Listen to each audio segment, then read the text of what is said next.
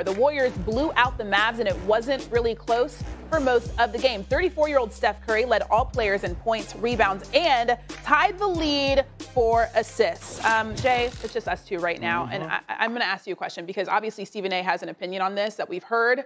What is the gap between the Warriors and the rest of the teams remaining in the playoffs? Well, first off, I made the wrong bet. I tried to double down on my Memphis Grizzlies bet and lost 2 Tom Ford suits to Stephen A., where I really had him down 1 Tom Ford suit. Anyway, that's fine. It happens.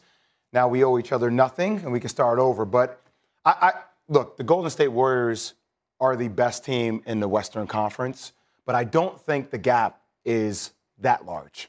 I do.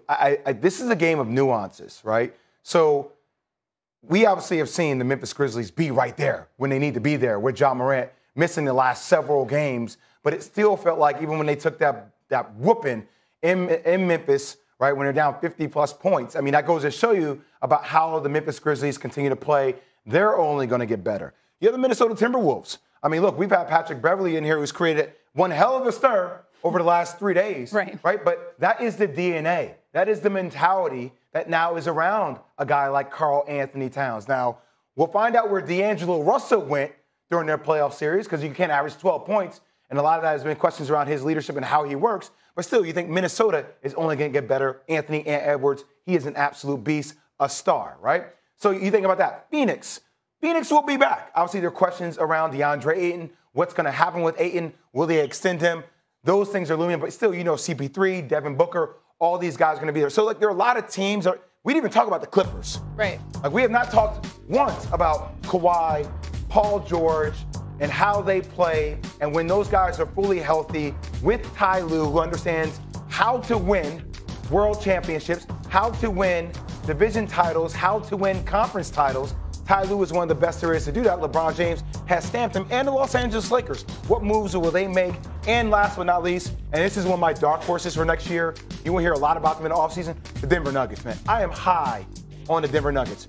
If Jokic can continue to improve, 2-time MVP, if they're able to get Jamal Murray back, he was questionable to come back during the playoffs. People want him back. He didn't feel comfortable coming back. With Michael Porter Jr. and his health, with some of the pieces that they have depth. Golden State is the best team, but still, like, an injury happens, things change, right? So it will be competitive for them for time to come. Mari Stoudemire joining us today. Hello.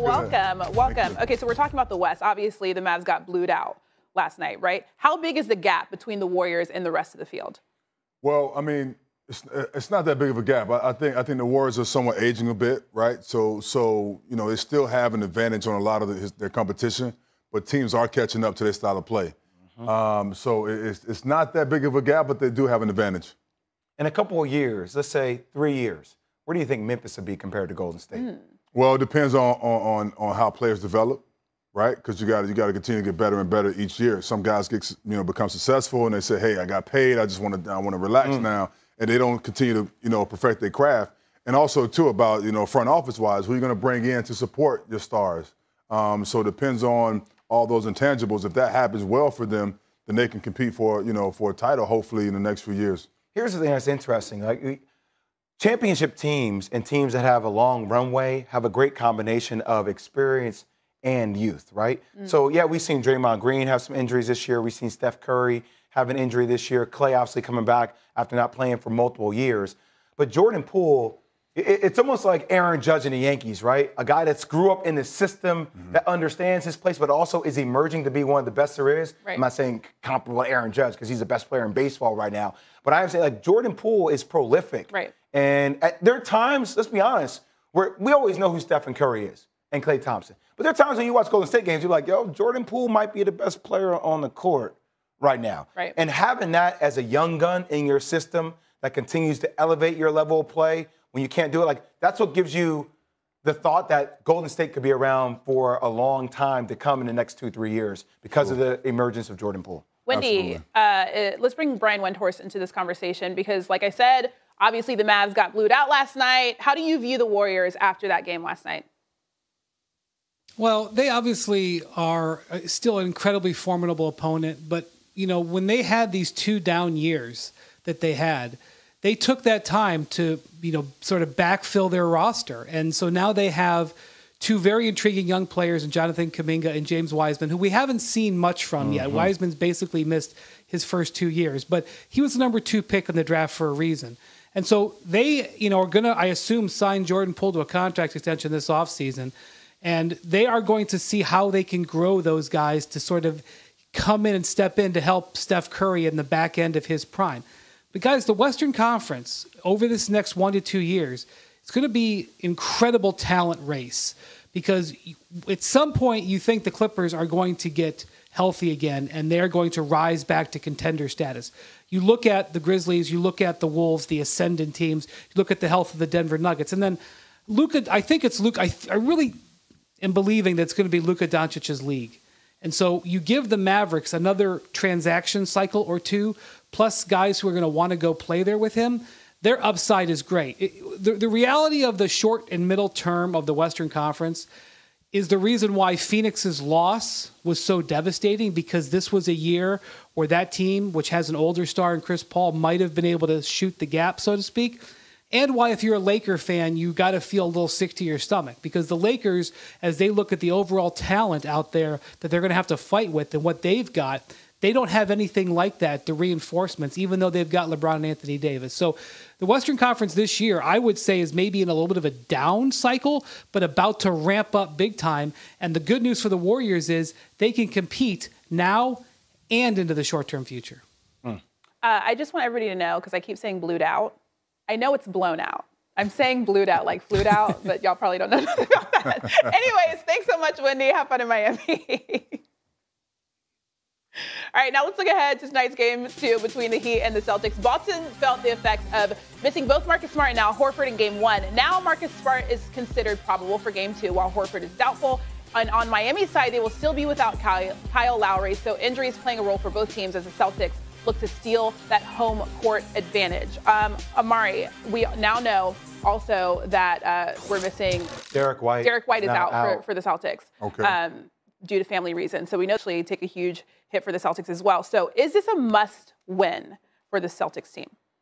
I mean, I wouldn't say it's a must win, but you do want to try to steal a game, on the road, right? In the playoffs, if you can get a game on the road, then now you have home court advantage going back to Boston.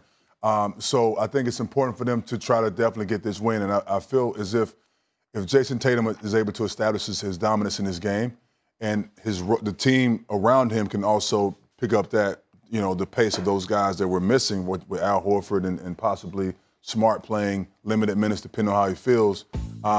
So you need those other role players to step up big time in game 2. So it's very, very important for Boston to get this win and try to regain home court advantage. You see, obviously, whenever you try to get a win, whenever you step your foot, just one foot. Look, you saying blue, You're welcome. I'm saying feet, foot. Whenever you set your feet across that line into that square, you're always trying to win the game. Sure.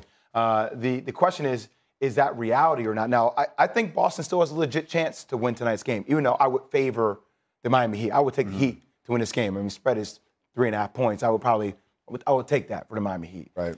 Because I don't know what version of Marcus Smart we're getting. And I know how mentally tough he is, but I wonder how hindered he is going to be with that foot. Now, the thing I do know about Al Horford, not only does he space the floor offensively, but man, he is the guy that communicates to everybody defensively how it works. That is probably one of the most understated things that we are not talking about, that you won't hear media talk about, right? People are going to talk about, his spacing and the shooting. And I'm like, no, throw all that stuff out the window. It's important, but not as important as when I'm guarding the ball, if I'm guarding Jimmy Butler and there's screen action coming. Mario, we were in the same draft class, brother. You know this. Yep. If you coming up behind me and you're on my team and you don't let me know which way that screen is coming or what the scouting report is, how we're defending it, I'm on an island by myself. Absolutely. Right? So now you have guys like Daniel Tice. I'm not saying he can't do that, or Robert Williams. They're trying to do that to a degree, but it's different than Al Horford, a constant voice that you've had around your franchise for a long time, that guys like Jason Tatum, guys like Jaylen Brown, guys like Marcus Smart trust. There are certain bigs in the league I do not trust. He would have been one of them I would trust.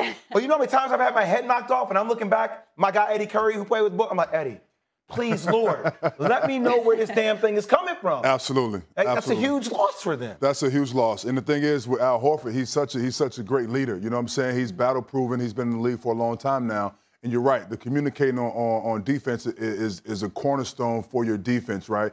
Because as a big, you're the middle linebacker. You know, you see the entire court. You see what's happening. And if you're communicating about different actions or there's a screen coming up, hey, Jay, screen on your left, force him my way, that helps you defend your guy better. And then also the team hears me communicate.